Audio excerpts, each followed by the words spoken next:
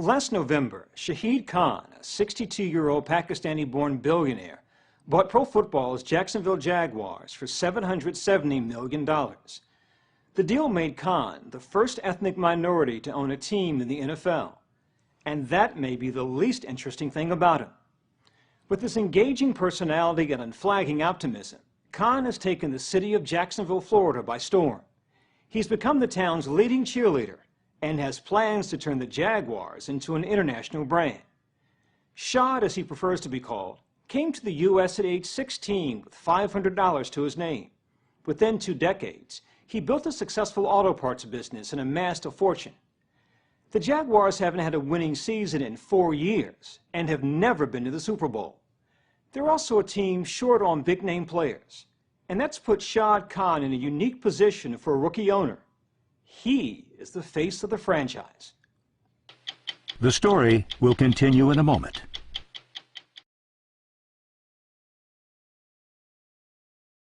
I love you, guy. I love you. Who has a bigger mustache?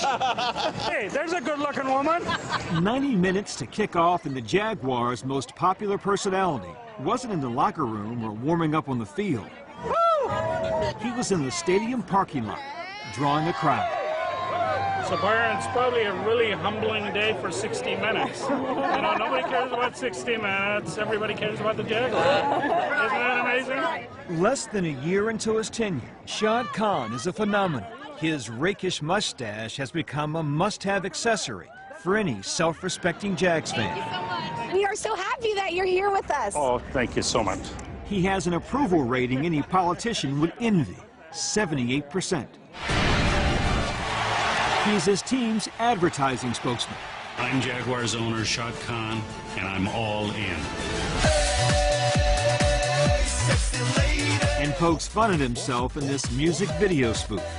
Opa, Gangnam Style. There's a part of you that seems to me that is a salesman. I think it's human interaction. I mean, they're already here. They bought the tickets. They're very little to sell. I mean, it's, if anything, selling hope. Are we going to cover the spread? I don't even know what it is. Oh. Good. Thank you. While Khan enjoys rock star status today, news that a Muslim from Pakistan had bought the Jaguars did not go over well with everyone in this conservative corner of Northeast Florida. Thank you, pal. Thanks. In comments quoted in online media, Khan was called, among other things, a terrorist from Pakistan, a sand monkey. One person asked, if you buy a Jag season ticket, does it come with a prayer rug? How'd you react to that? Well, you know, the way I've reacted most of my life, which is it's really not my problem, it's their problem. It was not Jacksonville's finest moment. So it's true that the former owner, Wayne Weaver, was so embarrassed that he offered you a chance to get out of the deal.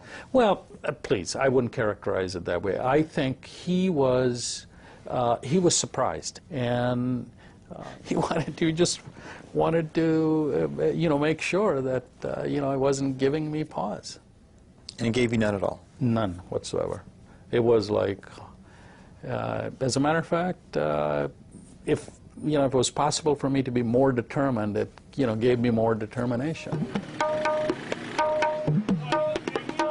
That determination can be traced back to a childhood half a world away in the hot, dusty streets of Lahore, Pakistan's second largest city. This is the Lahore Fort. Last spring, we went to Lahore with Khan to visit his family. Hi! He took us to his boyhood home. Meet my guest. Hello, madam. This is Byron. Hello, ma'am. Where we met his 89-year-old mother, Zakiya, a retired math professor, and his younger brother, Farhan, a businessman. How do you explain it? Your son, your boy, is one of the richest men in the world. How do you explain that? Well, it's his hard work and luck also. As his friends say, he always knew about his destiny.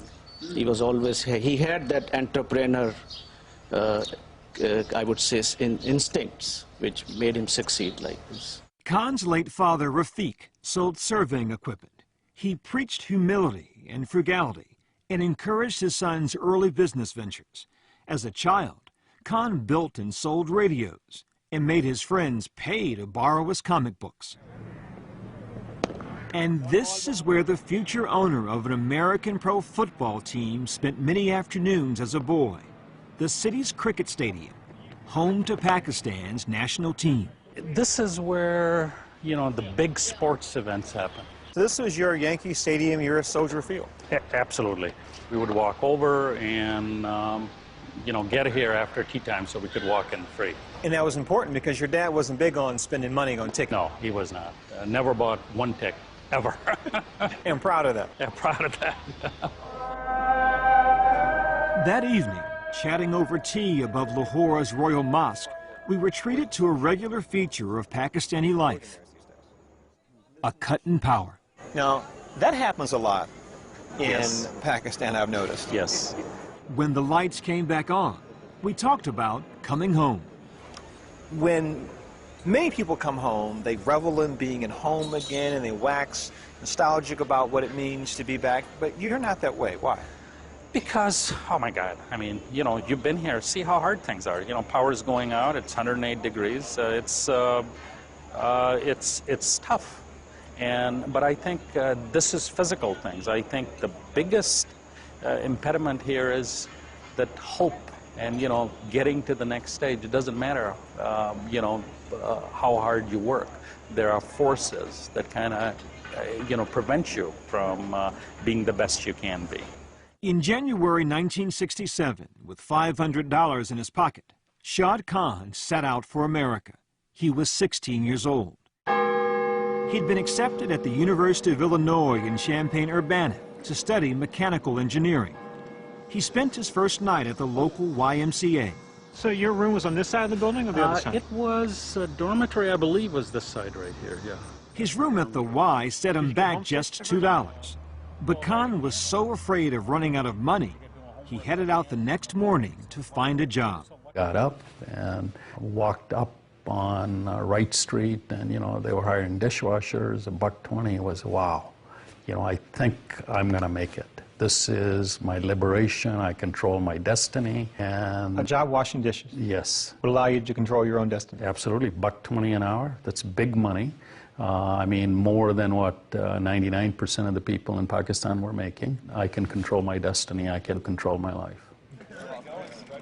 The teenager from Pakistan adapted easily to life on the Illinois campus. He was invited to join the highly selective and all-white Beta Theta Pi fraternity. Why do you think they accepted you? Were you a novelty to them? I think it was definitely a novelty for them. Sure, John Smith from Cleveland, Michael Thompson from Chicago, and oh, Shahid Khan from Pakistan. Exactly.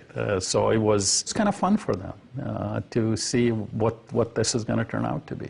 It turned out well for Khan. Through a frat brother, he met fellow student Ann Carlson. After dating for 11 years, as Khan built his business, he and Ann married at a Las Vegas wedding chapel. They have 2 grown children. It gets awfully loud in here. Yeah, it's loud in here. It's the sound of money. Shad Khan made his fortune in, of all things, truck bumpers. Right out of college, he went to work for a small company called Flexingate, where he helped perfect the first one-piece truck bumper. It was revolutionary, lightweight, and didn't rust. Khan bought the company in 1980 for $800,000. So today you make bumpers for how many different kinds of cars and trucks? A lot. A lot.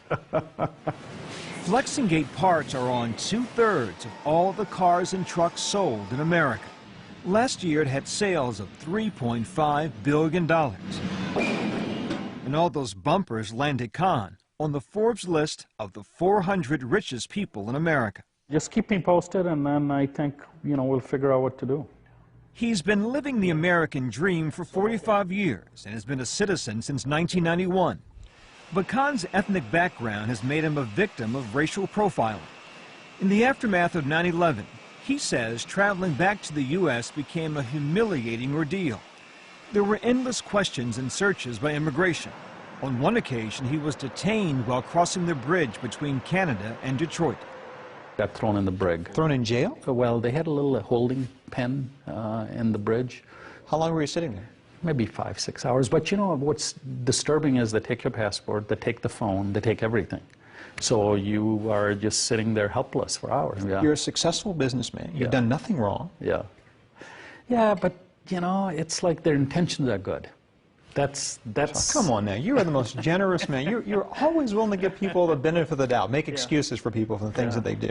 Well, you know, I got to be honest with you, that's about the only thing that kind of made me a little bit angry. While he enjoys returning to Pakistan to see family, Khan says he's concerned by the radical shift in political attitudes there. When we were with you in Lahore, one of the shop owners, we asked him when did things begin to change in Pakistan, and he said, went like this, when the long beards took over. Yeah, yeah. And he's absolutely right. And I think it's not religion itself. I mean, it's the baggage that comes with it, frankly, that it's in the name of a religion, people are doing horrible things. In the Pakistani of your youth, you could, whatever your faith was acceptable. Absolutely. Not only was it acceptable, it was respected. The man who grew up on cricket in Pakistan says his passion for American football began at the University of Illinois, cheering on the Fighting Illini.